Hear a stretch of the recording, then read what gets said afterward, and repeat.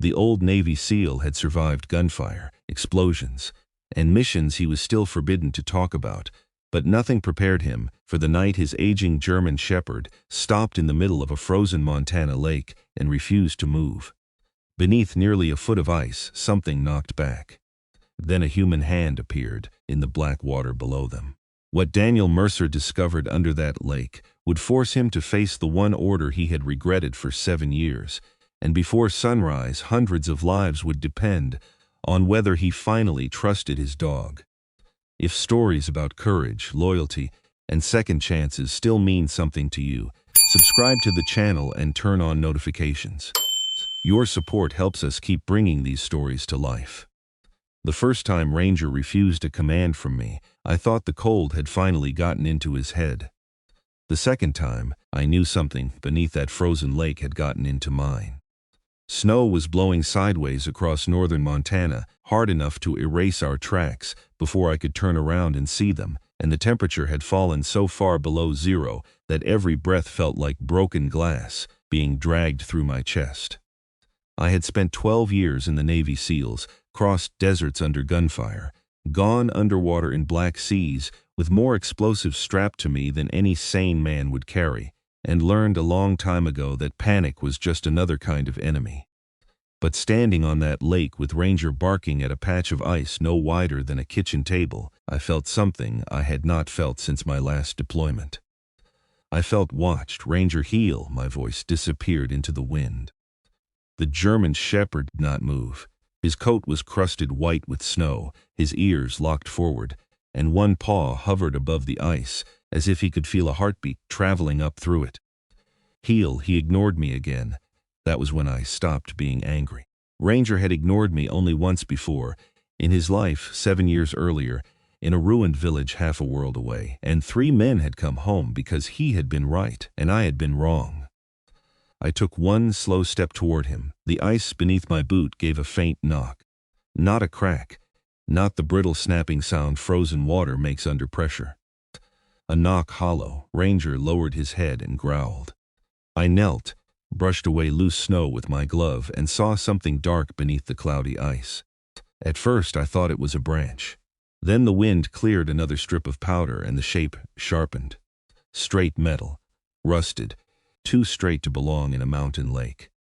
Ranger barked once, sharp and violent, and somewhere below us something answered with 3 dull blows. I froze with one hand pressed against the ice. 3 knocks. A pause, then 2 more. It could have been shifting water. It could have been old timber trapped below the surface. It could have been a dozen harmless things a tired man invents explanations for, because the alternative is worse. But Ranger backed away from the spot and looked directly at me, and in his eyes I saw the same warning I had seen overseas years ago. Do not leave, something is here. 6 hours earlier I had not intended to go anywhere near Lake Mercy. I had intended to spend the afternoon replacing a warped door on the old maintenance shed behind my cabin, drink coffee strong enough to wake the dead, and avoid the telephone until evening. That had become most of my life since leaving service. Repair what could be repaired, feed Ranger, cut wood, check the generator, sleep badly. Repeat. My name is Daniel Mercer, and by the winter I turned 63, I had become very good at living where nobody needed me. The cabin sat 11 miles from the nearest paved road and almost 30 miles from the small town of Cinder Falls, tucked beneath the eastern shoulder of the Bitterroot Mountains, where winter did not arrive politely. It came down from Canada like an invading army and stayed until every fence post, roof beam, water pipe, and human being had admitted who was in charge. I had bought the property 3 years after my wife, Rebecca, died. People in town liked to say I moved into the mountains because I wanted peace. That was easier for them to understand. The truth was that peace had nothing to do with it. I wanted distance. Distance from traffic. Distance from conversations. Distance from the framed photographs I had finally packed into boxes because every smiling face in them seemed to belong to a life I had failed to keep. Ranger was the only piece of the old world I brought with me. He had been trained as a military working dog before an injury ended his operational career. I had first met him during a joint training program overseas, when he was younger, faster, and stubborn enough to make experienced handlers swear under their breath. Years later, after my retirement, and after Rebecca's funeral, an old friend made a few calls. Paperwork moved through channels I never asked about, and Ranger came home with me. By then his muzzle was beginning to gray. Mine had beaten him to it. We understood each other without talking much. That afternoon he started acting strangely before the storm arrived. He stood beside the porch steps, facing north, nose lifted toward the mountains, while the sky over the valley turned the color of old steel. Inside, he glanced at me but did not move. I set down the hammer. "You planning a mutiny?" His ears shifted toward the tree line. A moment later I heard it too, an engine. At first. Then louder. Somebody was coming up the access road, which was unusual enough in January. A dark green county truck appeared through the pines and stopped beside my woodpile. Deputy Claire Harlan climbed out with her collar raised against the wind. She was in her late 40s, tough, practical, and one of the few people in Cinder Falls who had never mistaken silence for rudeness. "Storm warning moved up," she said without wasting time. "County wants everybody off the north roads before dark." I looked toward the mountains. "How bad?" "Worse than the forecast yesterday. Wind could hit 70 miles an hour. They are saying 2 feet of snow by morning, maybe more along the ridge." Ranger walked past me and sniffed the truck tires. Claire watched him. He always inspects government property. Only when he suspects incompetence. She almost smiled, but it disappeared quickly. "There is something else. Have you seen Owen Callahan?" The name meant little at first. Then I remembered, 17-year-old kid, tall, quiet. Worked weekends at a feed store in town. His grandfather owned an old fishing cabin near Lake Mercer. "Not in months." Claire nodded toward the north. "He left school before noon. Told a friend he was heading up to his grandfather's place to retrieve some family photographs before the storm. Never came home." I looked again at the darkening ridge. Lake Mercer was more than 8 miles away by Forest Road, farther if snow had already blocked the eastern cut. "What vehicle?" "Old blue Ford pickup." "4-wheel drive?" Supposedly gets people killed." Claire exhaled through her nose. "Search team is forming in town, but we are losing daylight." I knew what she was asking before she asked it. "No." Her eyes stayed on me. "Danny, I'm retired. I am not asking you to conduct a military operation. I am asking whether you know those north trails better than the deputies we have available. Then ask the Forest Service. Their nearest crew is tied up with an overturned fuel truck 40 miles south." Wind pushed snow off the cabin roof in a silver sheet. Ranger suddenly lifted his head and stared north again. Claire looked at him, then back at me. "We found tire tracks near Miller Creek. They disappear where the logging road forks." I knew the fork. "Left climbed toward a fire tower, right descended toward Lake Mercer." In weather like this, the right-hand road became a trap because snow drifted across it from an open burn scar. "How long ago?" "Maybe 2 hours. That changed the arithmetic." A teenager trapped inside a truck could survive a long time if he kept the exhaust clear and stayed dry. A teenager who panicked and tried walking out could die before sunset. I hated that I knew exactly how quickly cold could take confidence away from a person. First your hands stopped working, then judgment slipped. Then fatigue began sounding reasonable. "Sit down. Rest a minute. Close your eyes." I had watched trained men fight that progression. A frightened 17-year-old would not recognize it until he was already losing. I went inside and pulled my winter field coat from a peg beside the door. Claire followed me with her eyes but said nothing. I packed a trauma kit. 2 thermal blankets, water, a thermos of coffee, chemical hand warmers, spare glove, a flashlight, a length of climbing rope, and enough food for a night. My old instincts assembled the load before my mind had finished arguing with them. Ranger appeared beside the truck before I called him. "You are getting too old for this," I told him. His tail moved once. Claire watched me secure the pack. "For what it is worth, I knew you would say yes." I said no. "Your hand said yes first." I shut the tailgate. That is why I avoid people. We took separate vehicles because Claire needed to meet the search team at Miller Creek. I followed her truck north until the paved road disappeared beneath snow, then farther until even the road markers became pale ghosts in the storm. At the logging fork, we found Owen's tire tracks. They turned right. So did we. A mile later, Claire's radio crackled with reports of another stranded vehicle west of town. She stopped beside me, long enough to point toward the road descending through the timber. Search crew will follow as soon as they can. They will not reach this road if the wind keeps building. Then do not become the second person we have to find. I almost told her that was not how this worked. Instead, I gave her a nod and continued alone with Ranger. We found Owen's pickup 40 minutes later. It had slid nose first into a snowbank beneath a stand of lodgepole pines. The driver door was open. Snow had already filled the seat. My stomach tightened before I even stepped from my truck. Ranger. Search. He moved instantly, circling the pickup, nose cutting through the air. I checked inside, backpack gone, no blood, no sign of a struggle.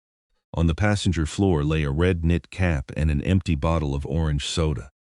In the rear bed, beneath new snow, I found an old wooden picture frame wrapped in cloth. Owen had made it to the cabin, or at least found what he came for. Then something had convinced him to leave the truck. Ranger barked from the trees. I followed and found footprints. One set, heading downhill, toward Lake Mercy. Damn it! The boy had done exactly what frightened people often did. He had abandoned shelter to search for help. We followed the tracks through deepening snow for nearly half a mile before they began disappearing. Ranger kept us on them. Every few minutes he would lose the scent beneath fresh powder, circle once, then drive forward again. The wind grew strong enough to bend the tops of the pines. Light faded. My radio gave me nothing but static. Then the forest opened and Lake Mercy appeared below us as a flat white emptiness surrounded by dark timber. Owen's tracks went straight toward it. That made no sense. The nearest occupied property was south. The road was behind him.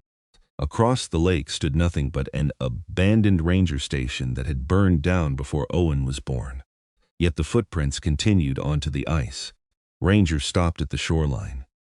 His body went rigid. What is it? He sniffed once, then pulled hard to the east. I followed. The footprints had already vanished beneath blowing snow, but Ranger did not hesitate. We crossed perhaps 200 yards before he suddenly broke into a run. Ranger! He stopped over that small patch of ice and began barking. That brought me back to the moment when the first hollow knock sounded beneath my glove. 3 strikes, silence. 2 strikes, I brushed more snow away. Beneath the ice, the rusted straight line continued several feet in both directions. Then I saw another line running parallel to it. Not branches, not debris. Rails. Metal rails beneath a mountain lake where no railway had ever existed. Ranger clawed at the surface until I pulled him back. The ice was thick, but there were dark bubbles trapped below it, and one section looked strangely clear. I lowered my face closer. At first, there was only black water. Then something pale moved beneath me. My heart kicked once against my ribs. A hand slapped against the underside of the ice. Human fingers spread inches below my face. I fell backward so fast my shoulder struck the snow. Ranger erupted into barking. The hand disappeared. Then it returned, weaker this time, scraping across the underside of the frozen surface. Owen was alive. Somehow, impossibly, he was beneath the lake with air enough to breathe. I pulled the climbing rope from my pack and crawled toward the clear section again, forcing myself to think instead of react. Cutting blindly through ice could flood whatever space the boy was trapped inside. There had to be another way in. Ranger suddenly stopped barking. His head turned toward the northern shoreline. He sniffed, then ran. Ranger! Wait. He did not. I followed him across the ice through snow thick enough to hide his legs. Near the far bank, he climbed onto a low mound covered in brush and began digging at the base of a fallen pine. I reached him and saw a strip of concrete under the snow. Not stone, concrete. Ranger clawed harder until a rusted iron ring appeared. I cleared around it and uncovered the edge of a rectangular hatch, buried beneath almost a foot of frozen powder.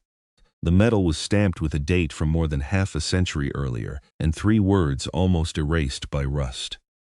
Federal Emergency Access. I stared at it while wind screamed across the lake behind us. Nobody in Cinder Falls had ever mentioned a federal structure beneath Lake Mercy. Nobody had ever mentioned rails beneath the ice. Ranger pressed his nose against the seam and gave a low growl. Then, from somewhere under our boots, came the faint metallic sound of something moving in the dark. Not Owen knocking this time, something heavier, something coming toward us. The sound beneath the hatch came again, slow metal dragging against metal somewhere under the frozen ground, and Ranger backed away 2 steps without taking his eyes off the seam. That bothered me more than the sound itself. Ranger had been trained to move toward problems. Hesitation meant uncertainty, and uncertainty in a dog like him usually meant something did not fit any pattern he understood. I wrapped one hand through the iron ring and pulled. Nothing happened. Ice had sealed the hatch shut around all 4 edges. I used the back of my field knife to chip away the frozen crust while wind drove snow across my shoulders. Every few seconds I looked back toward the lake. No movement. No hand beneath the ice, no knocking from Owen. That silence was becoming a clock. Come on. I struck the seam harder. A strip of ice broke free. Ranger moved beside me and sniffed the widening gap. His ears flattened. I smelled it a second later. Rust. Damp concrete. And something else. Warm air. Not much, but enough to rise through the crack and fog briefly against the cold. Whatever lay beneath Lake Mercy was not completely frozen. I hooked both hands under the ring and pulled until the muscles in my back screamed. The hatch finally broke loose with a violent snap, opening several inches before something underneath stopped it. Chain. I dropped flat and aimed my flashlight through the gap. A rusted security chain ran from the inside handle to a steel bracket bolted into concrete. Somebody had locked the hatch from below. That changed everything. Owen could not have entered here unless somebody had opened it for him. I cut the chain with the compact bolt cutter from my truck kit, then lifted the hatch high enough to expose a narrow stairwell descending beneath the shoreline. Warm, wet air rolled upward. Ranger sniffed once and immediately started down. Slow. He obeyed this time. I followed with my flashlight in one hand and the rope clipped to my belt. The stairs dropped perhaps 20 feet before ending at a concrete landing. A steel door stood open at the bottom. Beyond it stretched a tunnel wide enough for a small truck. My light traveled across flaking paint, rusted pipes, exposed conduit, and a pair of steel rails running down the center of the floor. The same rails I had seen beneath the lake. Water dripped steadily somewhere deeper inside. The tunnel smelled abandoned, but not dead. There is a difference. Dead places settle. Their air goes still. Their sounds become predictable. This place had movement in it. Ranger knew it too. He lowered his nose to the ground and moved forward with purpose. I found footprints almost immediately. Fresh. One set belonged to boots roughly Owen's size. The second set was larger, much larger. Whoever had been with the boy wore a heavy lugged sole and walked with the right foot turned slightly outward. The prints led away from the stairwell. I crouched beside them. Snowmelt glistened around the edges. They were recent. Owen, I called. My voice rolled down the tunnel and returned smaller. No answer. We moved deeper. Every 50 feet old yellow lights hung from the ceiling behind wire cages. Most were dark. 3 of them flickered weakly, which meant electricity was still reaching the facility from somewhere. That did not happen by accident after 50 years. A faded sign appeared on the wall, Auxiliary Transit Corridor B. Beneath it, another line had been painted over, but I could still make out part of the lettering. Civil Defense Authority. My mind went back to stories I had heard as a boy. Stories about Cold War shelters, missile stations, emergency command bunkers built in remote places, and then forgotten when budgets changed and priorities moved elsewhere. Most stories had been exaggerated, some had not. Ranger stopped near a side doorway and sniffed the floor. Blood. Only a few drops, fresh enough to shine dark red against the concrete. My heartbeat changed. I followed the trail through the doorway into a smaller room filled with rusted lockers and old benches. A wool glove lay on the floor, red, child-sized. I recognized it from a photograph Claire had shown me months earlier at the feed store. Owen had been wearing a pair exactly like it. I picked it up. Blood stained 2 fingers, not much. Maybe scraped skin. Maybe worse. Behind me, Ranger gave a soft warning growl. I turned. He was staring at one of the lockers. The door stood open half an inch. I approached slowly and pulled it wider. Inside hung a modern winter coat. Not military surplus, not something left over from decades ago. Modern, black synthetic insulation, still damp from snow. In one pocket I found an energy bar wrapper with an expiration date from the previous year. Somebody had been living here recently. The dragging sound echoed again through the corridor. Louder now. Ranger barked once, then the lights above us went out. Complete darkness swallowed the room. I froze. Somewhere farther down the tunnel, a heavy door slammed shut. I switched my flashlight to low beam. No reason to announce more of our position than necessary. Old habits came back without invitation. Listen first. Move second. I could hear water dripping. Ranger breathing. Whined faintly, moaning through the access stairwell behind us. 1, 2, 3, slow, deliberate. Coming from the corridor, I moved beside the doorway and pressed flat against the concrete wall. Ranger crouched near my left leg, silent now. A beam of light appeared across the far side of the tunnel. Somebody was approaching with a lantern. The light grew brighter. The footsteps stopped outside the doorway. "You should not be here," a man's voice said. Calm, older, not frightened. I stepped into the opening with my hands visible. "I am looking for a boy." The lantern rose. The man holding it looked to be in his late 60s or early 70s, broad across the shoulders despite his age, with a white beard cut close to his face, and a heavy canvas coat patched at both elbows. A scar ran from the corner of his left eye down toward his jaw. In his other hand he held an old 12-gauge shotgun pointed at the floor, but ready enough to tell me the conversation had limits. Ranger growled. "Easy," I said, though I was not sure whether I meant the dog or the man. His eyes moved to Ranger and stayed there for several seconds. "German Shepherd military." "Used to be." His gaze shifted back to me. "So did you." That was not a question. "Where is Owen Callahan?" The man's expression changed slightly at the name. "Alive. Take me to him. You came through the north hatch?" "Yes." He swore quietly. "Then we have another problem." "What problem?" He turned the lantern toward the tunnel behind him. "That hatch has not been opened in 12 years. I stared at him. "The chain was locked from inside." "I know. Then somebody used it recently." "No." His voice hardened. "Somebody wanted you to think they did." Ranger suddenly jerked his head toward the floor. His ears pointed down. A faint vibration traveled through the concrete beneath our boots. Then came the distant grinding sound again. The old man closed his eyes briefly, almost like he had been hoping not to hear it. "Move," he said. "Now. Not until I see the kid. You will see him if that gate does not close first." He turned and started quickly down the corridor. I followed because every instinct I had told me standing still was becoming the dangerous option. Ranger ran beside us.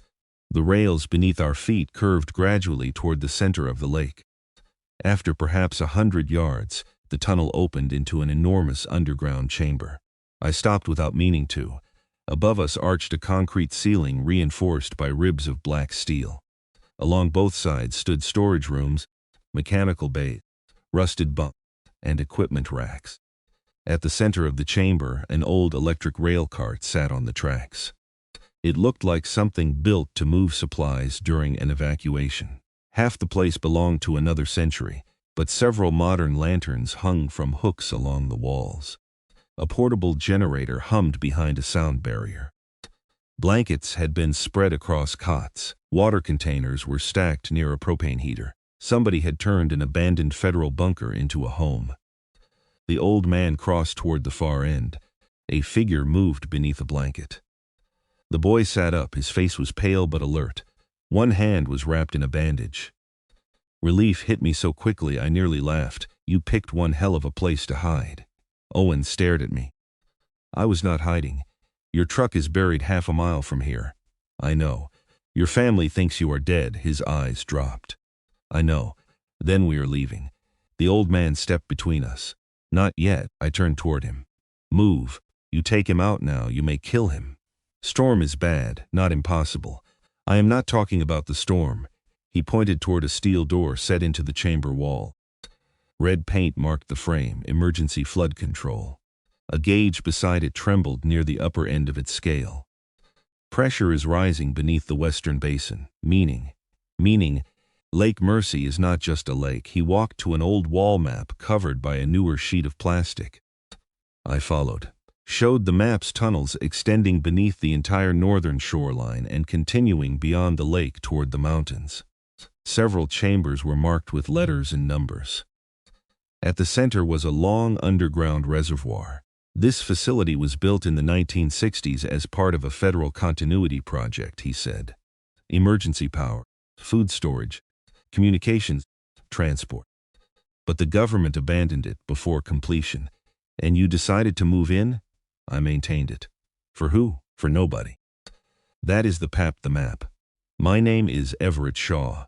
I worked here as a young maintenance contractor before the last federal crew left. I came back years later because nobody else remembered what was under this lake.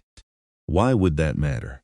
Because the original engineers built diversion gates into the mountain drainage system.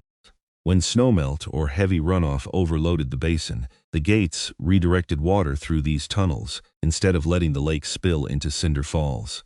I looked toward the pressure gauge. And the gates still work? One does, one. The other has been failing for years. Owen stood up behind us. That is why I came, I turned. You came because of a floodgate. He swallowed. My grandfather knew. Mr. Shaw Everett's face tightened. Owen continued. He left me letters before he died. He said if the pressure alarms ever started again, someone had to help Everett reach the western control chamber. I stared at the boy. Your grandfather sent a 17-year-old into a buried bunker. He did not know when it would happen. That does not make it better. Owen looked angry now.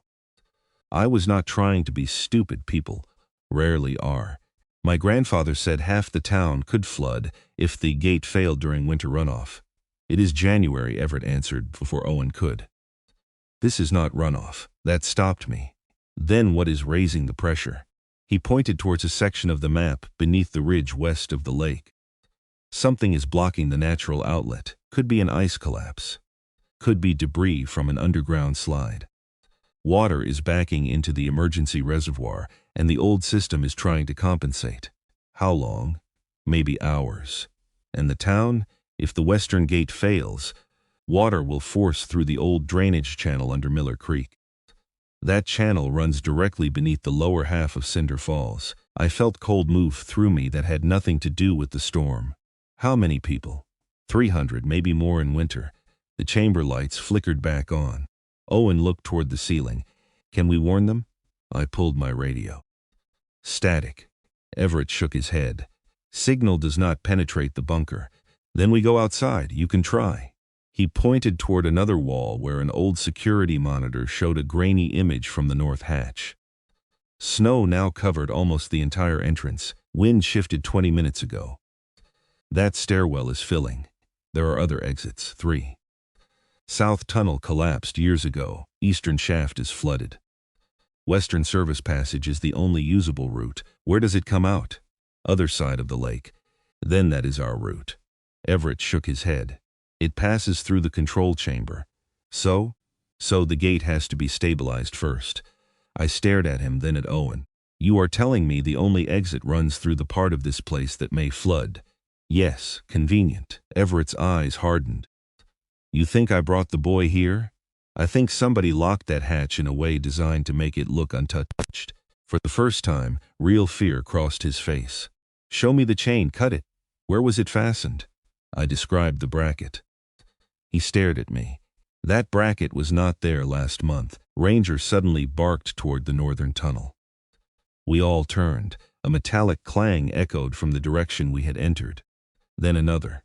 The monitor above the wall flickered. For half a second, the camera showed the snowy hatch. Then a dark shape crossed directly beneath the lens. Human, someone outside, someone descending. The screen went black.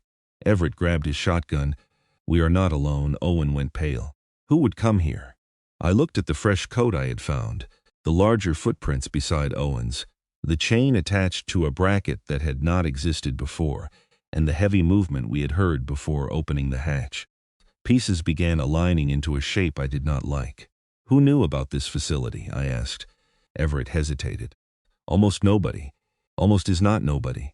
Former county engineers. 2 retired federal contractors.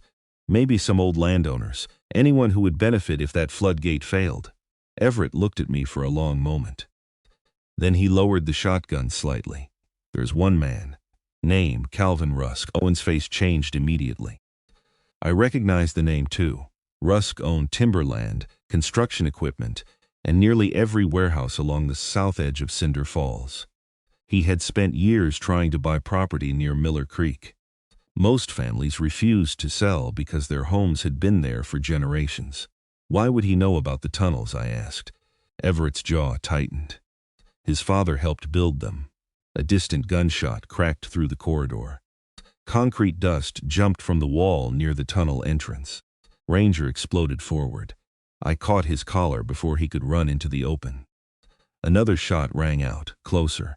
Everett killed the chamber lights. Darkness fell again. I dragged Owen behind a steel equipment cabinet while Everett crouched on the opposite side of the tracks. How many? I whispered. No idea. Ranger's body trembled with controlled aggression beneath my hand. Footsteps entered the chamber. More than one set. 3, maybe 4. A flashlight beam swept across the floor. Then a man's voice echoed through the darkness. Everett, you have made this harder than it needed to be. Everett's face went still. He knew the voice. Rusk. The flashlight stopped moving. Send the boy out. Send Mercer too. This does not concern them. My stomach tightened. He knew my name. That meant whoever had come below the lake had not discovered us by accident. Everett looked toward me in the dark. I could barely see his face, but I understood the question. Fight or move. I leaned close to Ranger's ear. Quiet. He stopped growling instantly. Rusk spoke again. Daniel, you do not know what this place is. You do not know what Everett has done. Walk away while you still can. I looked toward the steel door marked emergency flood control. Somewhere beyond it waited the western surface passage, the only known route out. Somewhere behind us stood armed men who had followed us beneath a frozen lake. And somewhere under all that concrete, millions of gallons of trapped water were pressing against a failing gate. Then the pressure alarm began to scream. A red light flashed above the control door. Everett looked at the gauge. We are out of time. He ran for the door. A gunshot cracked. Everett spun and fell. Owen shouted. Ranger tore free from my hand and launched into the darkness before I could stop him. Ranger disappeared into the darkness with the speed of something half his age, claws striking concrete, body low, silent except for the final explosive bark that came just before a man screamed. A flashlight spun across the floor, hit the wall, and shattered. Gunfire followed immediately, 2 shots. One struck steel above my head and threw sparks into the chamber. The second went wide. I shouted. No answer. Owen tried to rise beside me. I forced him back behind the cabinet. Stay down. What about Everett? Stay down. I moved toward the place where he had fallen, using the old rail cart as cover. The emergency alarm continued screaming above us, a pulsing mechanical howl that made it difficult to separate footsteps from echoes. Everett lay on his side near the control door, with one hand pressed against his upper arm. Blood soaked through his sleeve, but he was conscious. Shoulder, he whispered before I could ask. Went through. Good. Painful. Dangerous if bleeding continued, not immediately fatal. I dragged him behind the rail cart and tightened a pressure bandage around the wound while Owen crawled toward us despite my order. I told you to stay back. I can help. There was fear in his voice, but not panic. That mattered. Then hold this. I pressed his hand over the bandage. Hard. Do not let up. Another scream came from the far side of the chamber. Then Ranger barked twice. A man cursed. Something heavy hit the floor. I heard Calvin Rusk shouting, "Get that dog off him!" A shot cracked so close that the sound became physical pressure against my chest. Ranger yelped. Every thought in my head stopped. Ranger. I moved before judgment could catch up. Years ago, instructors had taught us that movement under fire had to be deliberate, controlled, calculated. Training keeps men alive because emotion makes them stupid. But there are moments when training and love collide, and the body chooses before the mind can vote. I crossed the track, slid behind a support column, and saw him 10 yards away. Ranger had one man pinned against the floor by the sleeve. Another stood several feet behind them, trying to aim a handgun without hitting his partner. Ranger's right rear leg was bleeding. He had been grazed, not dropped. Relief almost weakened my knees. Ranger, release! His jaws opened instantly. The pinned man rolled away. The gunman swung toward me. I threw the emergency lantern before he could fire. It struck his wrist. The weapon discharged into the ceiling. Ranger hit him low and hard. His legs went out from under him. The pistol skidded across the floor toward me. I kicked it beneath a storage rack before either man could reach it. Enough! Calvin's voice cut through the chamber. A shotgun blast followed, not aimed at us but into the concrete ceiling. Dust rained down. Everyone froze. Calvin Rusk stood near the northern tunnel with a pump shotgun leveled across his chest. 2 men remained beside him. One held his arm where Ranger had torn through the coat. Another watched the dog with open fear. Calvin was in his early 60s, thick around the middle, gray hair pushed back beneath a wool cap, the kind of man whose expensive boots had been carefully selected to look like working boots. I had seen him in Cinder Falls before, shaking hands at county fundraisers, paying for repairs at the Veterans Hall, standing beside oversized checks whenever a local newspaper needed a photograph. Men like Calvin liked to be known as practical. Practical usually meant they wanted something. "Call off the dog," he said. I knelt beside Ranger and put one hand against his shoulder. Down. He lowered himself, but never took his eyes off Calvin. Blood continued dripping from his rear leg. I ran my fingers carefully along the wound. Surface tissue, no broken bone. He could still bear weight. "You shot my dog." Calvin's mouth tightened. "He attacked my men. Your men shot Everett." "That was not supposed to happen." Everett laughed once from behind the rail cart, a dry sound full of pain. "Funny thing about guns, Calvin. They make plans complicated." Calvin looked toward him. "You could have made this easy 15 years ago, by selling you a flood tunnel, by giving me access to land nobody even knows exists." "You mean land under 300 people's homes?" Calvin's eyes hardened. Owen looked at me. I could see the question. What does that mean? I had the same one. The pressure alarm changed pitch. Everett's face lost color. "Daniel." I looked toward him, Gage. I glanced at the wall. The needle had climbed farther into the red. How long? Maybe 20 minutes before the relief gate locks under pressure. Calvin raised the shotgun. "Nobody touches that panel." Everett stared at him. "You idiot. If the gate fails, the lower town floods." "Not tonight." What? Calvin moved slowly toward the control door. "The flood maps are wrong." Everett went still. "What did you do?"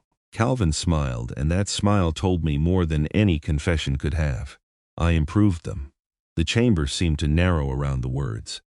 "Explain," I said. Calvin looked toward me. "You really want to know, Mercer?" "Fine. Cinder Falls has been dying for 20 years. Mills closed. Young people leave. Buildings rot. County has no tax base. Then the Interstate Expansion Survey came through 3 years ago. New distribution corridor. Warehouses, fuel depots, truck traffic, jobs, money, everything this town has not had since before you moved here, and Miller Creek sits where they want to build." "Exactly. Families would not sell." "Exactly." His voice became almost proud. "You think old houses matter more than a town's future." Owen spoke from behind me. "My mother lives there." Calvin looked at him without shame. "Insurance would cover most structures." Owen stared at him as if he had not heard correctly. Everett tried to push himself upright. "You rerouted the emergency channel." Calvin did not answer. Everett's face changed. You did. He looked at me. The original overflow runs beneath the industrial flats south of town. Empty ground. Calvin must have redirected the control system into the old Miller Creek branch. How? Manual bypass gates. Calvin finally answered. With equipment my father helped install. Everett's voice dropped. Your father built those gates to protect people. My father died broke protecting a town that forgot his name, so this is revenge? No. Calvin's expression tightened. This is business. That sentence did something to me. Maybe because I had heard versions of it before, from men who tried making terrible choices sound clean by changing the vocabulary. Civilians, collateral, necessary losses, strategic priorities. Business. Different words, same trick. Make suffering abstract enough and you can sleep after causing it. You plan to flood Miller Creek, I said, not destroy it. Damage enough property to trigger relocation money and force sales. In January? This pressure surge was not supposed to happen until spring. Everett looked toward the gauge. Then why are you here now? Calvin's jaw tightened. Because your boy found the letters. Owen looked down. I understood. Calvin had learned that Owen's grandfather left records connecting the facility to the Callahan family. Maybe maps, maybe evidence you followed him. Calvin did not answer. The second footprints, I said. One of your men, silence. The chain on the hatch, still nothing. You wanted anyone who found that entrance to think Everett had locked people inside. Calvin's eyes shifted toward me. That was enough. You were going to blame him. Everett gave a bitter laugh. I told you nobody would believe me once the town flooded. Calvin looked toward him. People believe paperwork. I own the paperwork. The alarm screamed again. A deep metallic boom rolled through the chamber. The floor trembled beneath my boots. Somewhere behind the emergency control door, millions of gallons of water had just moved. Everett shouted, "The western gate is loading." The red light above the door changed from flashing to solid. I looked at Calvin. Your plan is over. Nobody moves. If that gate fails, you lose control of where the water goes. I said nobody moves, then you die down here too. For the first time, uncertainty crossed his face. He had come to manage a controlled disaster. He had not planned on being inside it. Men like Calvin always believed danger would respect the boundary between decision-maker and victim. Water does not care who signed the contract. Another vibration passed through the floor. A pipe overhead burst at a joint and sprayed a thin stream of water across the chamber. Owen flinched. Ranger stood. Everett looked at me. There is a manual shutoff in Control West. Through that door? Yes. Distance? Quarter mile. Obstructions? Probably. Probably? I have not been through there since autumn. Fantastic. Calvin stepped closer. You are not opening that door.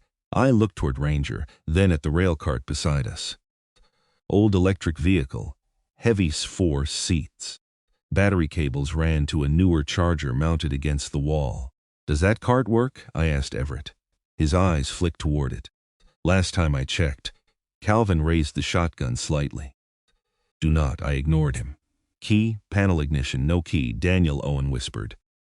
I saw Calvin's finger move toward the trigger. Ranger saw it too. He barked sharply, and every armed man in the room glanced at him for half a second. Half a second was enough. I grabbed the rail cart's brake lever and released it. The track sloped gently toward Calvin. The heavy cart rolled forward. Not fast, fast enough. Calvin jumped sideways to avoid being pinned between it and the wall. His shotgun swung off target. Everett threw himself flat. I grabbed Owen by the coat and ran for the control door. Ranger. The dog followed despite the injured leg. Gunfire erupted behind us. A round struck the door as I pulled it open. Another hit the steel frame inches from Owen's head. We went through. I slammed the door shut and spun the manual wheel. Bullets hammered the other side. Move. The western passage was narrower than the main tunnel, maybe 6 feet across, with pipes running along one wall and black water already covering the floor to our ankles. Emergency bulbs cast a weak red glow every 30 feet. Everett stumbled behind us, holding his wounded shoulder. Can you walk? I asked. Unless you plan on carrying me. Not with that attitude. Owen almost laughed. Good. Fear needed somewhere to go. We pushed forward. Ranger moved ahead, but slower now, favoring the injured leg. Easy, boy. He ignored the sympathy and kept working. Behind us, metal shrieked. Calvin's men were trying to force the door. Everett pointed ahead. Control chamber is past the junction. How do we shut the diversion? We do not shut it. We redirect it to where? Original southern channel. The empty industrial flats? Yes. How? Manual gate wheels. 3 of them. And if they are seized? Then Cinder Falls gets a new river. Water climbed to mid-shin. The passage angled downward. Owen grabbed the wall pipe to keep his footing. Why is there already water here? Everett looked grim. Because the seal at Control West is leaking. How much? Enough to make me unhappy. That was not an answer I wanted. We reached the junction and found 2 corridors. One was completely submerged beyond a collapsed ceiling beam. The other continued west. A weathered sign pointed toward Control West. Ranger stopped. He sniffed the air and growled. "What?" I whispered. His nose moved toward the water. Then I saw it. A thin rainbow shimmer floated across the surface. "Fuel, generator line?" I asked. Everett shook his head. "Hydraulic fluid." "From what?" "Gate actuators." Meaning one of the pressure lines ruptured. The entire system was beginning to fail around us. A loud crash came from behind. The control door had opened. Calvin was coming. "Move." We ran as best we could through rising water. Ranger suddenly veered toward a recessed doorway on the left and scratched at it. "Not now," he barked. I kept going. He barked again. Familiar feeling, 7 years earlier. Ruined village. Ignore the dog and regret it. I stopped. "Everett, what is behind this door?" He looked. "Old inspection room." "Any reason Ranger cares?" "Not unless there is something inside." Owen whispered, "Maybe someone." I pulled the handle. Locked. Ranger scratched harder. I kicked beside the latch. Once, twice, the rusted frame gave. The door opened inward and a body nearly fell onto me. Not dead, a woman, mid-50s, county jacket, hands tied in front with electrical cable.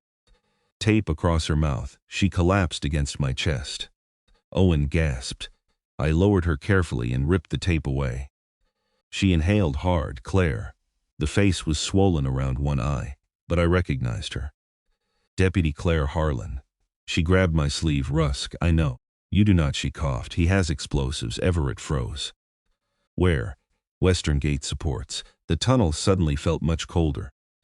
"How much?" I asked. "Enough to bring part of the ceiling down." Owen's face went white. Everett whispered, "If he collapses the control chamber, the water will choose the weakest outlet. Miller Creek? Maybe. Maybe? Or this tunnel." Claire looked behind us. "He took my radio. He knew you came up here, Daniel. He intercepted the search channel." That explained how Calvin knew my name. "Can you walk? Try stopping me." I cut the ties around her wrists. Ranger licked her hand once, then turned back toward the west corridor. Claire noticed the blood on his leg. "He hit?" "Grazed. Still working?" Ranger barked once. Claire managed a weak smile. "Stupid question." Footsteps echoed behind us. "Close." I pulled Claire upright. "We need Control West. Then move." The corridor ended 50 yards later at a massive circular steel door standing partly open. Water poured through the gap around our boots. Beyond it lay a chamber filled with machinery. 3 enormous handwheels rose from the floor beside a bank of dead control panels. Pipes crossed the walls in every direction. The far side of the room shook with each pressure surge. A thick concrete barrier separated us from the reservoir beyond. Hairline cracks had already formed across its surface. Everett moved toward the wheels. "Red is Miller Creek. Yellow is Southern Bypass. Black is Reservoir Isolation. Sequence? Yellow fully open. Red closed. Black stays open until pressure begins dropping. What happens if we close red first? Pressure spikes, and possibly breaks the wall. So yellow first." "Yes." I grabbed the yellow wheel. It did not move. Everett joined me with his good arm. Still nothing. Owen came beside us. "Tell me what to do. Push when I say." Claire braced herself against the opposite spoke. Ranger stood at the door, watching the corridor. Now we pushed. The wheel resisted like it had been welded in place. My shoulders screamed. Everett grunted through clenched teeth. Owen's boots slipped again. Nothing. Then I remembered something from the maintenance tunnel. Hydraulic fluid. Manual assist, I asked. Used to be. Where? Everett pointed toward a lever beside the control housing. Pressure release. I kicked it downward. Nothing happened. I kicked again. Rust cracked. The lever dropped. Somewhere beneath us, fluid hissed through a bypass line. Now, we pushed. The yellow wheel moved half an inch. Again, another inch. Then 2. Slowly, the ancient mechanism began turning. Metal groaned through the floor. A deep roar emerged from beneath the chamber as the southern diversion gate started opening for the first time in years. The gauge above the yellow pipe climbed. "Keep going," Everett shouted. We turned until my arms burned. Halfway, 2/3. Then the wheel stopped dead. "Why?" Owen asked. Everett stared at the indicator. "Debris blocking the gate. Can we clear it?" "From inside the intake channel." "Where?" He pointed toward a narrow maintenance hatch at floor level beside the reservoir wall. Water leaked around its edges. I looked at him. "You are joking." "I wish I was." Claire stared at the hatch. "How deep?" "The crawl passage runs above the main water line, but parts could be flooded." "How far to the obstruction?" "Maybe 60 feet. A gunshot echoed from the corridor. Ranger barked. Calvin was almost there. I looked at the jammed yellow wheel, the cracking concrete wall, and the maintenance hatch. If someone clears the obstruction, the wheel opens fully. Should is doing a lot of work tonight. Everett looked at me. "Daniel, there is another problem." "Of course there is. Once the debris releases, water may surge through that crawl passage." "How long would I have?" "Seconds." Owen stepped forward. "I can fit better." "No, I am smaller." "Still no, Daniel, you are 17 and 300 people are above us. You are not going." His jaw tightened. "You cannot keep deciding I am useless because I am 17. I am deciding you are alive, and I would like to keep it that way." Ranger suddenly left the doorway and moved toward the maintenance hatch. He sniffed the seam, then looked at me. I knew that look. "No," his ears rose. "Absolutely not." He scratched once at the hatch. Everett stared at him. "The passage is large enough for the dog. He is injured. He is also the only one who could reach the blockage and come back fast enough. He cannot turn a valve. He does not need to. Debris is probably wood or insulation caught against the gate screen." Owen knelt beside Ranger. He could pull it loose. My stomach tightened. This was the part people never understood about working dogs. They imagined courage made decisions easy. It did not. Courage made the animal willing. The handler still had to live with giving the command. Ranger looked at me, waiting. In another country, years earlier, I had sent men into buildings I would have entered myself if orders had allowed it. Some came out, some did not. After retirement, I promised myself I would never again point at danger and ask someone I loved to go first. Ranger did not know about promises made at gravesides or the guilt men carried into quiet houses. He knew only the work. Claire touched my arm.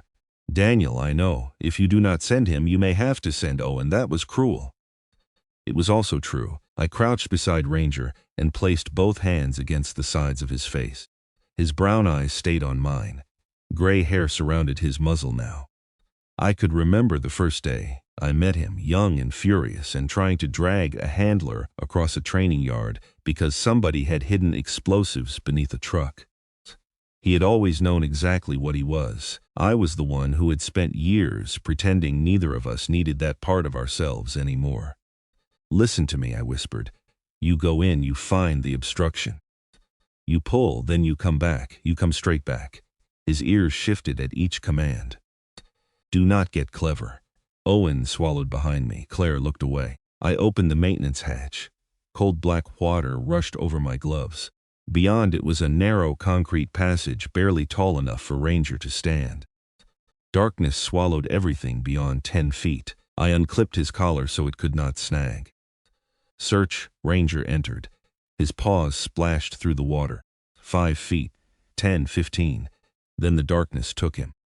I stayed on my knees at the opening listening, splashing. Scratching silence.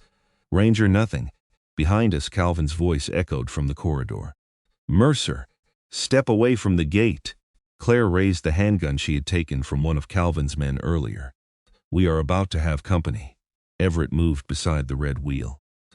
Owen stood near me, staring into the hatch. He will come back, I did not answer. A bark echoed faintly from inside the wall, one bark. Then a violent scraping sound. Everett shouted, "He found it!" The yellow wheel jerked on its own. Half an inch, then stopped. I put my hand inside the hatch. "Ranger, pull!" Growling echoed through the passage. Something tore loose with a sound like timber breaking. The yellow wheel spun suddenly. Everett grabbed it before it could crush his hand. Water thundered somewhere behind the wall. Gate is moving. The pressure gauge began falling. "Ranger, return!" I shouted. No dog appeared. Instead, water surged through the maintenance passage. Black water exploded out of the hatch and knocked me backward. Owen screamed Ranger's name. I crawled forward against the flow. "Ranger, nothing." Water continued pouring from the opening. Then two front paws appeared at the edge. I grabbed them. Ranger's head broke through the torrent. His eyes were wide. He was fighting the current but losing ground. Owen grabbed my coat. Claire dropped beside us. Together we pulled. Ranger slid free and collapsed onto the floor, coughing water. I put my hands around his chest. "Come on, boy." He coughed again. Then breathed. I lowered my forehead against his. "You stubborn old son of a gun." His tail struck the floor once. Behind us a shotgun cocked, touching, Calvin said. I turned slowly. He stood inside the control chamber with two men behind him. One held Claire's county radio. Another carried a canvas bag with wires hanging from the top. Explosives. Calvin looked at the gauges. His face changed when he saw the falling pressure. "You opened the southern gate." Everett smiled despite the blood running down his arm. "Looks that way." Calvin raised the shotgun toward him. "Close it. No, close it. You cannot flood Miller Creek now. I can if I collapse this room." Claire leveled her weapon. "Drop the shotgun." Calvin's men raised theirs. Nobody moved. Water continued roaring through the southern bypass beneath us. The entire chamber trembled. I looked at the canvas bag. Detonator wires, charges already planted somewhere on the western supports. Calvin saw me looking. "Do not worry, Mercer. I only need one section to fail. You collapse the wrong one, you bury yourself. That is why I am leaving. Through which exit?" He smiled. "There is one Everett forgot to mention." Everett's face changed. Calvin turned toward a narrow ladder bolted to the far wall. Above it sat a sealed vertical hatch. "Old survey shaft," Everett whispered. Calvin nodded. "My father showed it to me when I was 12. He reached into his coat and pulled out a small remote trigger. The rest of you can decide whether to drown or dig." Then Ranger stood up, slowly, shaking water from his coat. Blood still marked his leg. Calvin pointed the shotgun toward him. "Control your dog." I looked at Ranger. He looked at the remote in Calvin's hand. Not the shot, the remote. He had spent years being trained to recognize objects carried with intent, to read hands, tension, movement, human fear. I saw his body change, weight forward, head lower. "Ready." I whispered one word, "Watch." Calvin's thumb moved toward the trigger. Ranger launched. Ranger crossed the distance before Calvin could bring the shotgun around. He did not go for the man's throat. He did not go for the weapon. He went exactly where years of training told him the danger was. Calvin's right hand. Ranger struck him at the wrist, with his jaws and shoulder at the same instant. The remote flew across the chamber, bounced once against the concrete, and disappeared beneath the control housing. Calvin screamed and fired. The shotgun blast went into the ceiling. One of his men fired at Ranger. Claire fired back. The sound inside that concrete room became unbearable, gunshots folding over gunshots until direction almost disappeared. I saw Ranger release Calvin and drop behind a steel pump housing. Owen flattened himself beside Everett. One of Calvin's men went down, clutching his thigh. The other backed toward the ladder. "Nobody touched that trigger," Everett shouted. Calvin slammed his injured hand against Ranger's head and reached for the shotgun with the other. I hit him before he could lift it. We went into the water together. My shoulder struck concrete, his elbow caught my mouth. For a man in his 60s, Calvin was strong, but strength was not what worried me. Desperation was. A desperate man stops protecting himself because winning becomes more important than surviving. He drove his thumb into my eye. I turned my head, trapped his wrist, and rolled him onto his back. He kicked me off and scrambled toward the control housing, toward the remote. "Daniel!" Claire shouted. I caught Calvin by the coat and dragged him backward. He twisted free, leaving half the zipper in my hand. Ranger appeared from behind the pump. Calvin saw him and froze. The dog stood between him and the control panel, soaked, bleeding, exhausted, but absolutely unwilling to move. "Call him off," Calvin said. "Back away from the trigger. You think this changes anything? It already has." The southern gauge continued climbing while the reservoir pressure slowly dropped. Water was going where it had been designed to go, away from the homes along Miller Creek and toward empty ground south of town. Calvin looked at the gauges and understood it too. His face changed from anger to something colder: loss. Not loss of life, loss of control. "You have no idea what you just cost this town." Owen stood behind me. "You mean what it cost you?" Calvin looked at the boy. "Your grandfather filled your head with the same sentimental garbage Everett believes. Old houses, old names, old promises. None of that keeps a town alive, neither does drowning it." Calvin's jaw tightened. The remaining armed man near the ladder lifted his weapon toward Claire. "Ranger's ears move." "Do not," I said. The man hesitated. Claire kept her pistol aimed at him. "Put it down." He looked at Calvin. Calvin said nothing. "Your boss is not paying enough for you to die under a lake," Claire said. That reached him. The weapon lowered. He placed it carefully on the floor and kicked it away. Calvin stared at him with disgust. "Coward." "No," I said. He finally did the math. Everett tried to stand. Owen helped him. The old man's face had become gray from blood loss, but his eyes stayed fixed on the gauges. "We are not finished." I looked over. "Pressure is falling. Too slowly." "Why?" "Yellow gate is only about 3/4 open." Ranger cleared the blockage. "Part of it." Everett pointed toward the gauge. "If the storm keeps feeding the upper basin, the reservoir will continue rising faster than we can drain it." Calvin laughed softly. "There it is." Claire looked at him. "What? The part your hero forgot to mention." Everett's expression hardened. Calvin continued. "Southern Channel has not carried full flow in decades. You open it completely, there is no guarantee the old tunnel holds." "Still better than Miller Creek," Everett said. "Maybe, unless the tunnel collapses under the county highway." Owen looked at me. "Can that happen?" Everett did not answer quickly enough. "Can it?" I repeated. "Yes." The room went quiet except for rushing water. "How bad?" "If the southern tunnel collapses near the old quarry, water backs up again. Could undermine the highway, could wash out the bridge. So we need the gate open enough to lower pressure, but not enough to overload the tunnel." "Correct. How do we know the limit?" Everett pointed toward 3 dead gauges on the far panel. "Those used to measure flow at the southern branch." "Used to?" "Sensors failed years ago." Calvin smiled. "You are guessing." Everett ignored him. "There is another monitoring station farther down the bypass. Can we reach it?" "Service tunnel."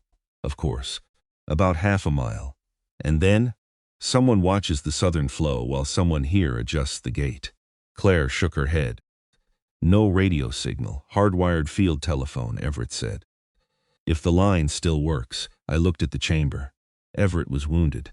Claire was bruised but mobile. Owen was exhausted. Ranger was injured. Calvin and one surviving accomplice still had to be controlled. Every option required dividing people when staying together was safer.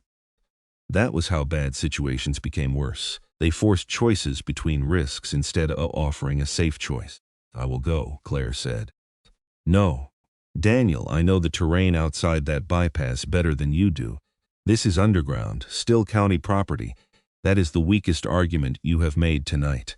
"Then give me a better one," Everett interrupted. "The monitoring tunnel is narrow. Some sections may have standing water." Ranger walked toward the southern service doorway and sniffed. I shook my head immediately. "He has done enough." Ranger looked back at me. Claire noticed I was not suggesting him. Good, I was suggesting you. Owen almost smiled. I did not. I will go. Claire stays here with the prisoners. Everett runs the gate. I am coming, Owen said. No, we already did this, and the answer did not improve. You need someone at the telephone station while you check the flow chamber. Everett. The old man nodded reluctantly. He is right. Monitoring station has 2 levels. Telephone is above. Flow gauge is below near the channel. I stared at Owen. He folded his arms. I am not asking because I want an adventure. That was the first thing he had said all night that made him sound older than 17. My mother is in Miller Creek. If there is something I can do, I am doing it. I knew that tone. I had heard it from men who were afraid and going anyway. There was no courage without fear. Everything else was just confidence. You do exactly what I tell you. I will. If I say run, you run. Yes. If Ranger stops, you stop. Yes. And if I tell you to go back? Owen hesitated. I go back. Good enough. I looked at Ranger. You stay. He immediately walked to my side. That was not a suggestion. He sat for perhaps 3 seconds, then stood again when I moved toward the doorway. Everett gave a tired laugh. Looks like your command structure is collapsing. He learned from officers. Ranger was coming. I knew it before we left the chamber. Maybe I should have forced him to remain. Maybe some part of me no longer believed I had the right. We entered the Southern Service tunnel with Owen between us. The passage sloped upward at first, then turned sharply beneath the lake. Water ran along a trench beside the walkway, faster now because the bypass gate had opened. Pipes rattled overhead. Every 100 feet an emergency bulb cast a weak pool of amber light before darkness returned. Owen carried the lantern. Ranger moved ahead, still limping, but refusing to slow enough for me to notice. Was he really in the military? Owen asked after several minutes. Yes. Did he find bombs, among other things? Did you work together sometimes? Did he save your life? I looked at the dog ahead of us. More than once. Owen waited. Teenagers have a way of leaving silence open until adults fill it. There was a building overseas, I finally said. Last deployment. Intelligence said it was empty except for one armed man we were looking for. Ranger stopped outside. Why, he smelled explosives, and you listened? My mouth went dry despite the damp air. Not quickly enough. Owen said nothing. The tunnel stretched ahead. We had a deadline. Another team was exposed. I convinced myself Ranger was reacting to residue from an earlier blast. Was he? No. The memory arrived exactly as memories like that always do. Not like a story, like fragments, dust hanging in sunlight. A doorway. Somebody laughing 30 seconds before everything changed. Ranger pulling against his lead, my own hand signaling forward. Then white light. Sound disappearing, weight hitting my chest. 2 men died, I said. One was my closest friend. Owen's footsteps slowed. I am sorry. Sorry does not change the order I gave. You did not plant the explosives. No, you did not know I had Ranger. He knew, but you did not. That irritated me because it sounded too close to forgiveness. That distinction does not matter when you are the one writing letters to families. Owen looked down at the lantern. Is that why you quit? Partly. Why did Ranger stay with you? I almost said because paperwork allowed it. That would have been easier. Instead, I told him the truth. Because everybody else I loved eventually left or died, and he did neither. Ranger stopped ahead. His ears rose. Owen looked at me. Maybe he stayed because you did too. Before I could answer, Ranger growled. Conversation ended. We approached a bend in the tunnel. A low vibration came through the wall. Water, much more water than before. Ranger took another step, then backed up. Stop, Owen froze immediately. Good kid. I moved ahead alone and aimed the flashlight around the corner. The walkway was gone. A section nearly 20 feet long had collapsed into the bypass channel. Black water rushed through the gap beneath us. On the far side, the tunnel continued toward a metal staircase. Can we jump it? Owen asked. Not unless you grew wings at school. Other route. I examined the wall. A maintenance pipe roughly 10 inches wide crossed the gap overhead. Beneath it ran a steel cable tray bolted to the concrete. Narrow. Rustable. I go first. What about Ranger? I looked at him. That was the problem. The tray might hold a man, carefully distributing weight.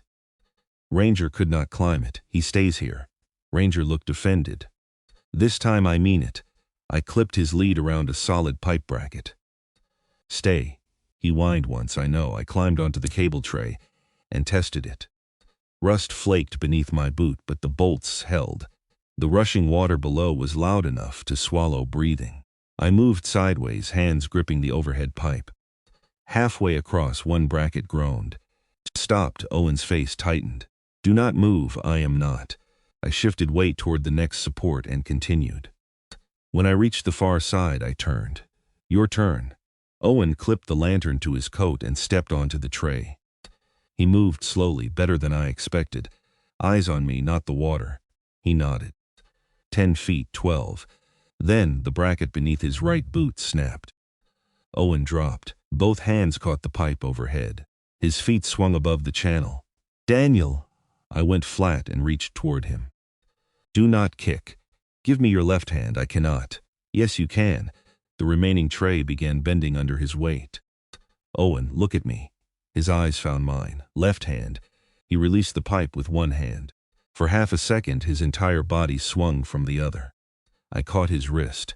Pain shot through my shoulder. I have you, do not let go. Was not planning to, I pulled. He reached the ledge with his elbow, then knee. Together we rolled onto solid concrete. Behind us, Ranger was barking violently. Owen lay on his back, breathing hard. Still want to help? I asked. He laughed once, half terror and half relief.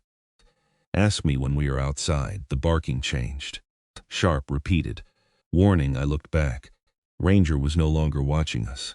He faced the tunnel behind him. Something was coming from the direction of Control West. Ranger. A flashlight appeared around the distant bend. Then another. Calvin's remaining man had followed us. Maybe Calvin too. Ranger strained against the lead. We have to keep moving, Owen said. I am not leaving him. They will shoot him.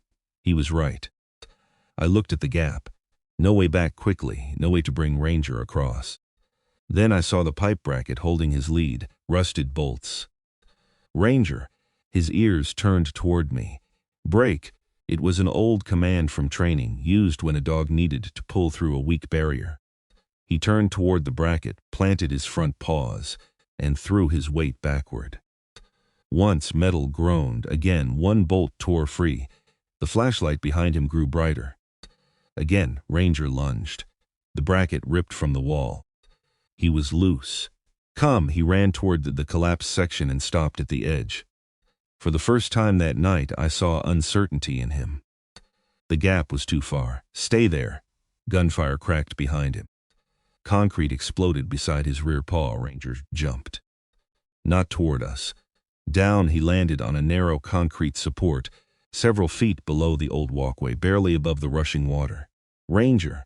He scrambled forward along the support. Another shot struck behind him. The support ended 6 feet from our side. He gathered himself and jumped again. His front paws hit the ledge. His injured rear leg missed. His body slammed against the wall. I grabbed his harness with both hands. Owen caught my belt. Together we hauled Ranger up. He collapsed beside us, chest heaving. Nobody gets left, Owen whispered. I looked at him. For a moment I was no longer beneath Lake Mercy. I was back in that ruined village, kneeling in dust while a younger Ranger pulled at my vest, and my friend did not move. Nobody gets left. We said those words in the teams until they became part promise and part prayer. The truth was harder. Sometimes somebody got left, no matter how badly you wanted otherwise. Maybe surviving meant carrying them forward instead. Nobody tonight, I said. We reached the monitoring station minutes later. The upper room contained an old field telephone, a bank of analog gauges, and a narrow window looking down into the southern diversion channel. The telephone surprised me by producing a dial tone. I cranked the field switch. Static. Then Everett's voice came through. Monitoring west. We thank God.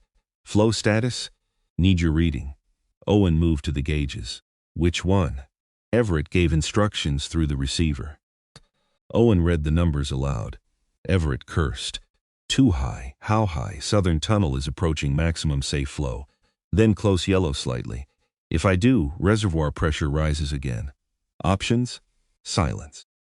Everett. There is an auxiliary spillway. Where? Beyond your station. It exits into the old quarry face and empty has been for years. Capacity enough if we can open it. Let me guess. Manual. You are learning. Where is the control? Lower level beneath you. I looked through the window. A metal staircase descended beside the roaring water toward a platform barely above the channel. At the far end stood a large blue wheel. I see it, Daniel. Wait. What? The platform floods when the spillway opens. How quickly? Very. Can the wheel be operated and released remotely? No. Then somebody turns it and runs. Everett was silent. That is the job. There is more. Of course there was. What? Blue wheel has a locking pin. Somebody must hold the release lever while the wheel turns. I looked at Owen. 2 controls. 2 people. How far apart? Maybe 15 feet, so one holds, one turns. Yes. Then both run. Daniel, once the gate moves, the first surge crosses that platform in less than 30 seconds. Owen heard him. We can do 30 seconds. No, I said. I hold the lever. You turn. Why? Because the wheel is closer to the stairs. Once it opens, you run first, and you? Right behind you, Ranger stood beside the stairwell. I touched his shoulder. You stay up here. He stared at me.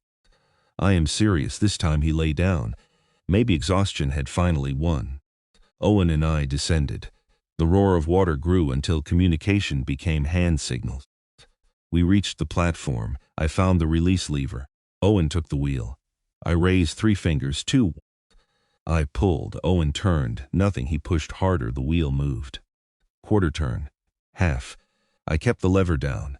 Water began hammering behind the spillway gate. Owen turned again. 1 full rotation. A warning bell rang. The gate started lifting. Go! I shouted. He shook his head and kept turning. Owen, go. Not open. Another turn. The gauge beside the wheel crossed into green. Then the spillway exploded. Water erupted beneath the platform with enough force to shake the railings. Owen released the wheel and ran. I let go of the lever. It snapped upward. I turned toward the stairs. The platform buckled beneath my left foot. Metal dropped away. My leg plunged through. I hit the deck hard. Daniel, Owen turned back. Keep going. I pulled at my leg. Jammed between 2 bent supports.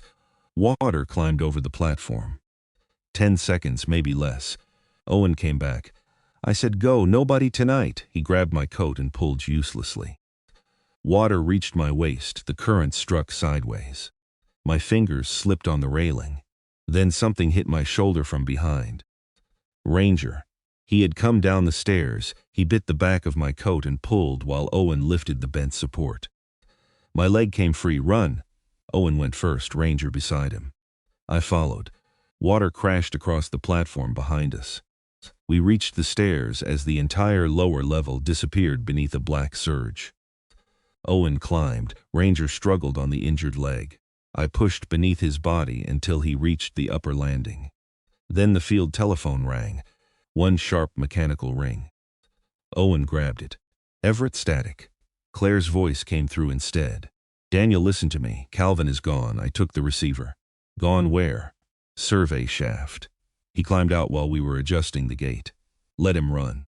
We have bigger problems. No. He took the detonator.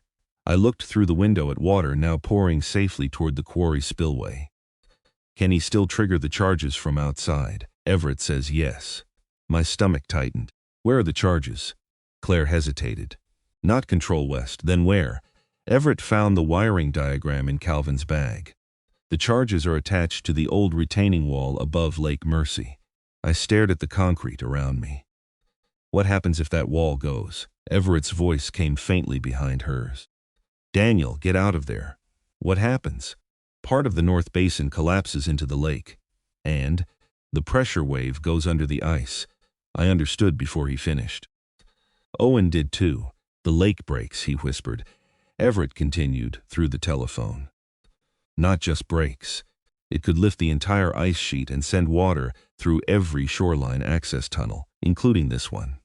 Including all of them. Claire came back on the line. Calvin is heading for the surface. He can still destroy the evidence and bury everyone down there. I looked at Ranger. The old dog was soaked from chest to tail, blood drying dark along his rear leg, sides rising and falling with exhaustion. He had already crossed water, gunfire, darkness, and a collapsing tunnel because I had asked him to. For years I believed the lesson of my final deployment was that I should never trust myself to send someone I loved into danger again. Standing there, I finally understood I had learned the wrong lesson. The mistake had never been giving the command. The mistake had been refusing to listen when Ranger warned me. Trust did not mean keeping him away from danger. Trust meant believing him when he saw what I could not. I picked up the lantern. "Owen, stay here and keep the telephone open." "Where are you going, Surface?" "Calvin has a gun, I know. And the detonator, I know. You cannot catch him alone." Ranger pushed himself upright. I looked down at him. Apparently I am not alone. His tail moved once. I opened the maintenance door leading toward the old quarry shaft. Cold air touched my face from somewhere far ahead. Surface air. Ranger stepped into the darkness first. This time I did not tell him to stay behind. "Lead," I said. And together we went after Calvin Rusk. The quarry shaft rose through the mountain at an angle steep enough to make every step feel like climbing the inside of a chimney. Cold air spilled downward through the darkness, carrying snow, pine, and the sharp mineral smell of exposed rock. Ranger moved ahead of me, slower than before, but still focused, nose close to the ground. His injured rear leg trembled every few steps. I wanted to stop and wrap it properly. I wanted to tell him the job was finished and take him somewhere warm. Instead, I followed him upward because Calvin Rusk still had the detonator, and beneath us Lake Mercy was holding back enough water to tear Cinder Falls apart if the wrong wall collapsed. There are moments when exhaustion becomes strangely simple. You stop thinking about how tired you are because the next thing matters more. We climbed until the concrete passage narrowed into a steel ladder. Ranger stopped beneath it. A square of gray light showed far above. Snow blew through the opening. I heard nothing else. "Stay close." I climbed first, pushed the hatch aside, and raised my head slowly above the rim. Wind hit me so hard it nearly knocked me backward. We had emerged on the western ridge overlooking Lake Mercy. The storm had become worse. Snow raced across the ice in long white ribbons. Visibility dropped to perhaps 50 yards. Somewhere below the ridge, the lake disappeared into darkness. The survey hatch sat behind a cluster of boulders and stunted pines, hidden from anyone who did not know exactly where to look. Ranger scrambled up beside me. He sniffed the air, then turned north. Tracks, Calvin's tracks, fresh enough that the wind had not erased them completely. We followed. The ridge descended toward an old concrete retaining wall half buried beneath snow. I could see wires running from several places along the wall into the trees. Charges. Calvin had not been bluffing. Ranger stopped and growled. A voice came from ahead. "Do not come closer." Calvin stepped from behind a pine with the shotgun tucked against his shoulder. Blood covered his right wrist where Ranger had bitten him, but his left hand held the small remote detonator. "End of the road, Mercer." I stopped. Ranger stood beside my leg. "You keep saying that." Calvin looked at the dog. "I should have killed him in the tunnel. You tried. I will not miss twice. You pull that trigger, you may kill yourself too. Not from here." "You sure?" His eyes narrowed. "Everett told me the North Basin wall is older than the rest of the system. You collapse it, pressure moves in every direction. Not enough to reach this ridge. Maybe." I let the word hang there because doubt is useful when a man is holding a button. "You willing to bet your life on a 50-year-old engineering estimate?" Calvin looked toward the lake. The wind moved between us. I took one slow step. "Stay where you are. You know what your problem is, Calvin." I said, "Stop. You think everything can be controlled if you own enough of it. Land paperwork, people. Water. You know nothing about what I built. I know you were willing to destroy people's homes because they would not sell. They would rebuild somewhere better. That was not your choice. Somebody has to make choices. That is what men say when they're afraid to admit they are taking." His face tightened. "Good. Anger makes people focus on words instead of hands. I let mine hang loose at my sides. Ranger stayed still. Your father worked down there, I continued. He helped build the system. Calvin laughed bitterly. My father wasted his life on that place. 26 years maintaining tunnels nobody knew existed. They gave him a watch when the contract ended, a watch. Then he died with nothing. So you decided the town owed you. The town owed him. Your father protected it. My father was a fool. The words left his mouth fast. Then something in his expression changed. Maybe he had never said them aloud. Maybe he had spent 40 years converting grief into resentment, because resentment was easier to carry than love. Then why use his tunnels? I asked. Why build your whole plan around the thing he gave his life to? Shut up. You could have walked away. You did not. You came back to the same mountain. Shut up. Maybe because some part of you still wanted what he built to matter. Calvin raised the shotgun higher. Ranger's body tightened. One more word and I shoot the dog. I stopped talking. Wind hammered the ridge. Beneath us, something deep inside the mountain groaned. Calvin glanced toward the retaining wall. I heard it too. Water pressure. The southern bypass had relieved part of the reservoir, but the system was still adjusting. Snowmelt and underground runoff continued, moving through old tunnels beneath our feet.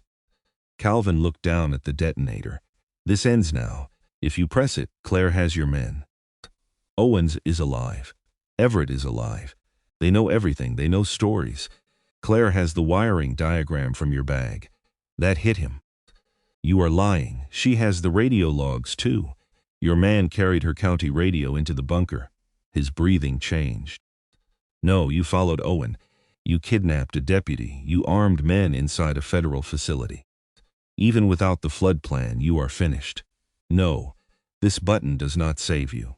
His thumb hovered over the trigger. It destroys evidence. It destroys the one thing proving your father spent his life protecting this valley. The words reached him differently. He looked at the wall. I took another step. Do not, Calvin. Stop. Your father built something that saved people. You did not know him. No, but I know men who built things they never got credit for. Ranger looked up at me for half a second. I thought of names carved into memorial walls, men whose families received folded flags instead of explanations. Men who did their jobs anyway. Recognition is not the same thing as worth. Calvin's face twisted. Easy for you to say.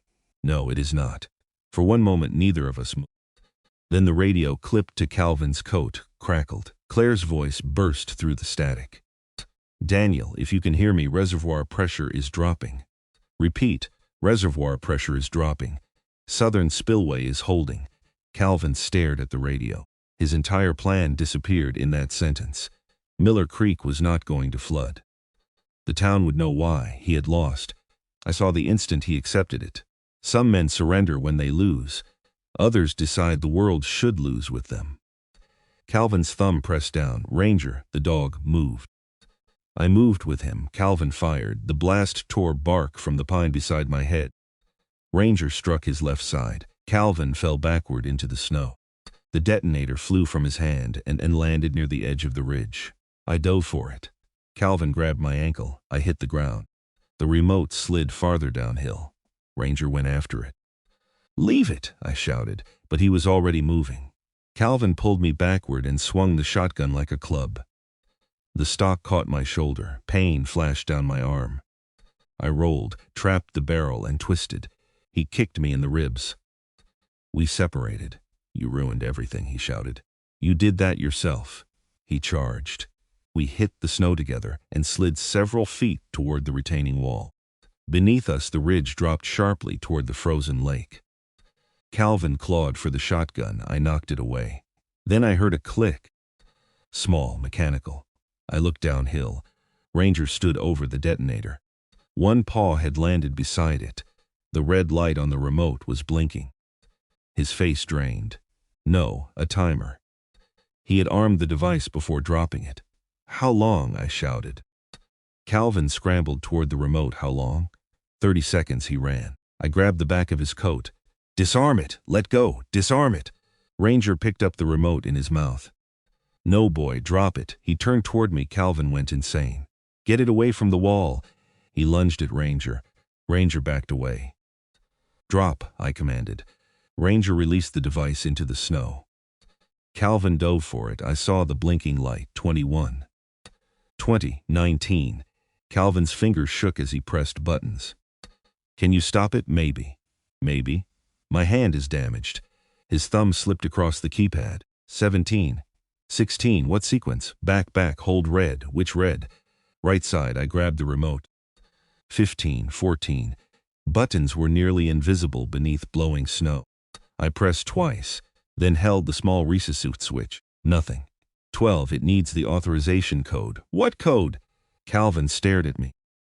My father's employee number. You know it? Silence. Calvin, I do not remember. I stared at him. You built a detonator around a code you do not remember. I had it written down. Where? Inside my coat. We searched. 10. 9. Calvin ripped open an inner pocket, empty. 8. Ranger suddenly moved toward the shotgun lying in the snow. He sniffed the sling, then pawed at something caught beneath it. A small laminated card. Calvin's face changed. That is it. 7. I grabbed it. 4 digits. 6, 5. I entered them. 4. Pressed red. 3. The blinking stopped. Nothing happened. Wind moved across the ridge. Calvin collapsed onto his knees. For several seconds, none of us spoke. Then Ranger walked over and sat beside me, as if he had merely completed another training exercise. I put my hand on his wet neck. Good boy. My voice broke on the second word. Calvin looked toward the old retaining wall. Snow collected in his hair. He kept that number his whole career, he said quietly. My father, I said nothing. I used to know it when I was a kid. He would come home smelling like oil and concrete dust, and I would read the number off his work badge. His eyes stayed on the wall. I hated this place because it took him away from us. Maybe it did. Then why defend it? Because destroying what he built does not give you back what you lost. He closed his eyes. Somewhere below, the lake groaned again. This time the sound faded instead of growing. Pressure falling. Calvin did not fight when Claire reached us nearly 20 minutes later with 2 members of the search team who had finally managed to approach from the western road. She handcuffed him while another deputy secured the shotgun and detonator. No speeches, no dramatic arrest. Calvin just stood there looking older than he had underground. Owen came up through the quarry shaft, with Everett behind him, his shoulder heavily wrapped. The boy ran straight toward us. Ranger. He dropped to his knees beside the dog. Ranger tolerated the hug with the long-suffering expression German shepherds reserve for humans who become emotional at inconvenient times. He saved us, Owen said, more than once. Everett looked toward the retaining wall and then across the lake. Southern flow is stable. Reservoir gauge is still dropping, Claire exhaled. So the town is safe? Everett nodded. For tonight, in mountain country, that was about as close as anyone sensible came to promising safety. We returned to Cinder Falls near dawn. The storm was still moving through the valley, but the worst wind had shifted east. Search trucks lined the road near Miller Creek. Families who had been warned about possible flooding had gathered inside the church hall and school gym. Nobody there knew yet how close they had come to losing their homes. Owen's mother crossed the parking lot before our truck fully stopped. She opened the passenger door and pulled her son into her arms. He tried to explain. She did not let him. She just held him until his words disappeared. I looked away. Some moments belonged to the people inside them. Claire took Calvin to the county station under guard. His men were arrested before sunrise. The evidence inside the bunker did what evidence usually does when someone has spent years believing paperwork could hide the truth. It told the story more clearly than people could. Engineers found modified diversion plans, unauthorized gate controls, records of property purchases through shell companies, and wiring diagrams connecting Calvin's equipment to the retaining wall charges. Everett turned over decades of maintenance records. Owen turned over his grandfather's letters. By the end of the week, state investigators and federal officials had arrived in Cinder Falls. The old facility beneath Lake Mercer was no longer a rumor because the town had never known enough to create one. It was real. It had been forgotten. neglected, altered, and nearly weaponized. It had also saved the valley. Engineers eventually confirmed that the southern bypass and quarry spillway had prevented the reservoir from forcing water into Miller Creek during the pressure surge. Without the emergency system, several neighborhoods could have flooded beneath freezing conditions before daylight. Nobody called Calvin's plan clever after that. People who almost lose their homes tend to lose patience for clever explanations. Ranger spent 2 nights at a veterinary clinic 30 miles south. The bullet had only grazed the muscle in his rear leg, but he had strained the joint badly during the jump over the collapsed tunnel. The veterinarian told me he needed rest. Ranger responded by attempting to follow me into the hallway while still wearing a bandage and half recovering from sedation. "That animal does not understand retirement," she said. "Runs in the family." 3 days later, I brought him home. The cabin felt different when we walked inside. Nothing had changed. Same wood stove, same warped table Rebecca bought at a yard sale years ago because she claimed every good house needed one ugly piece of furniture. Same boxes of photographs stacked in the spare room. But I had changed enough to notice them. Ranger limped to his bed beside the stove and collapsed with a groan. I made coffee, sat at the kitchen table, and stared at one of those boxes for a long time. Then I opened it. Rebecca's face looked back at me from the first photograph. She stood beside a lake in Maine, hair blowing across her eyes, laughing because I had failed 3 times to take the picture properly. I had packed that photograph away because looking at it hurt. Somewhere along the years, I had convinced myself avoiding pain was the same as surviving it. It was not. Survival is not hiding from everything that can hurt you. Sometimes it is allowing yourself to carry what mattered without letting the weight bury you. I took another photograph from the box, my old team. Younger faces, better knees. My friend Michael stood on my left. The man who died after I ignored Ranger's warning. For years I could not look at his face without hearing the explosion. That morning I heard something else, his laugh. Loud, terrible, impossible to ignore. I remembered him teaching a young sailor how to repair a broken radio because he refused to let anyone feel stupid for asking questions. I remembered him slipping extra coffee packets into my bag because he knew I always ran out first. Memory had not changed, I had. Ranger lifted his head from across the room. "You were right," I told him. His ears moved. Back then, too. He lowered his head again. Dogs are merciful that way. They do not require confessions to become ceremonies. Winter held Cinder Falls for another 6 weeks. During that time, crews worked beneath Lake Mercer reinforcing gates, clearing collapsed passages, repairing monitoring systems, and documenting every forgotten corridor. Everett became a consultant whether he wanted the title or not. Owen spent weekends helping him catalog the old facility under supervision. His mother made sure everyone understood the word supervision. Claire visited my cabin more often than necessary, usually carrying paperwork she claimed required signatures and coffee she claimed happened to be extra. I knew better. I did not complain. Calvin Rusk eventually faced charges for kidnapping, conspiracy, attempted destruction of infrastructure, unlawful possession of explosives, and several offenses complicated enough that lawyers argued over the exact names for months. I followed little of it. The town followed everything. Families along Miller Creek withdrew property sales they had reluctantly considered.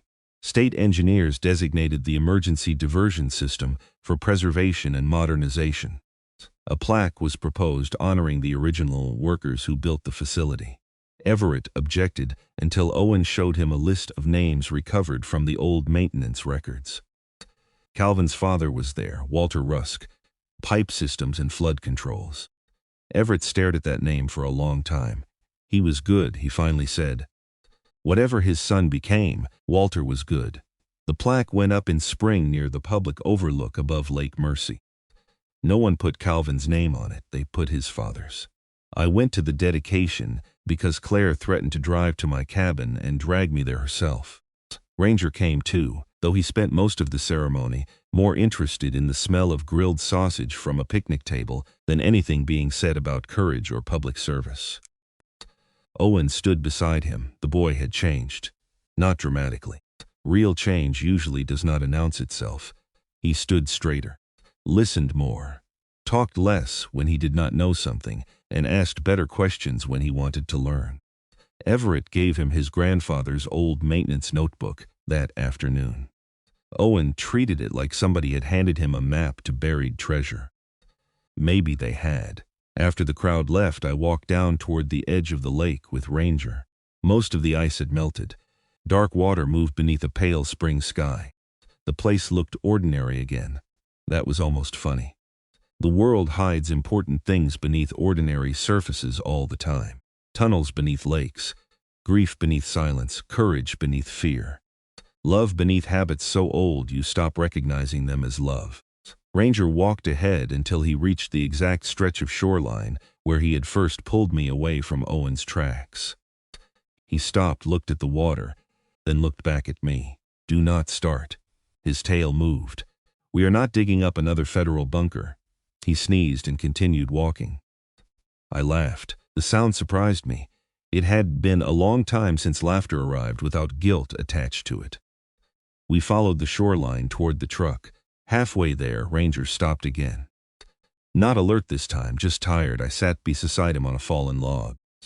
His gray muzzle rested across my knee. Across the lake, sunlight touched the western ridge where Calvin had almost destroyed everything his father helped build. Behind us, Cinder Falls was waking into another spring. Trucks. Children shouting near the picnic area. Ordinary life, the kind of life men spend years protecting and sometimes forget how to live themselves. I put my hand against Ranger's neck. 7 years earlier, he had warned me and I had chosen the mission over the dog. On Lake Mercy, he warned me again. This time I said, maybe redemption was not being given a chance to erase the worst thing you ever did.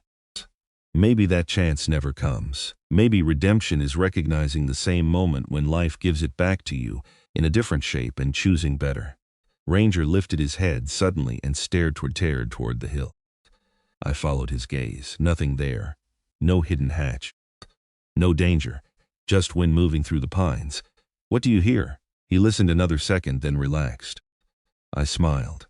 "All right, I trust you." We stayed there until the sun dropped behind the ridge, an old Navy SEAL and an even older German Shepherd sitting beside a lake that had nearly become a grave. Both of us alive, because one of us had finally learned when not to give the order and when to listen instead. Sometimes the hardest lesson in life is not learning how to be stronger. It is learning when to trust the people, and sometimes the animals who have stood beside us long enough to see what we cannot. Daniel could never change the mistake he made years earlier, but Lake Mercy gave him something different from forgiveness. It gave him another choice, and this time he listened. Maybe that is all any of us can ask for as we grow older, not a life without regrets, but enough wisdom to recognize the moment when we are given a chance to choose better.